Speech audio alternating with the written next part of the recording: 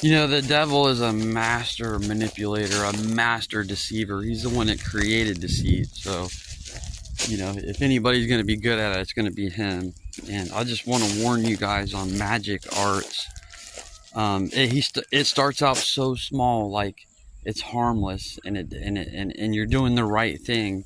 I was caught up in it, you know, and I got into some stuff that I never dreamed of, and I didn't know what I was doing, and I got in trouble for it because God only punishes his children, you know.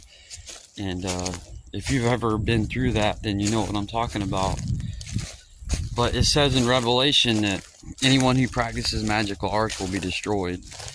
And he pulled me out of it before it got too far. But I don't think people realize what these phones and TV are. They're all devices of the devil. Even though I'm using it now, you know, I'm just warning you guys because people cast spells on you while you're watching these videos, especially the tarot card readings, and even people preaching right now. There's people preaching right now that you have no idea are sent from the devil, and they're casting spells on you and you don't even know it. And God gave me eyes to see through a lot of the deception, and you know, and I know a lot of people won't believe me, but it's absolutely true, and it's a reality. And I just want to express my feelings on what I went through, you know, and I was almost destroyed from it, and God pulled me out because nobody can pluck you out of the Father's hands. Nobody can pluck you out of Jesus's hands. Once he chooses you, or once you accept him, that's it, you're saved, you know. And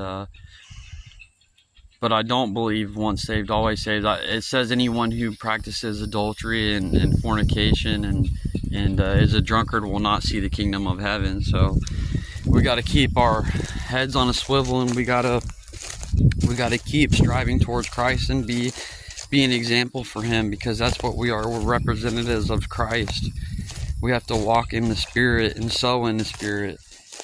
And I'm finally at the point where I can preach these things to people, because before I wasn't walking in the Spirit. I was walking in the flesh and feeding my flesh and starving my spirit, you know. And it's supposed to be the other way around, you know, like Paul said.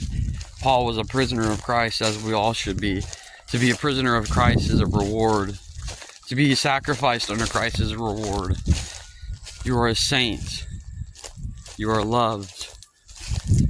You are special.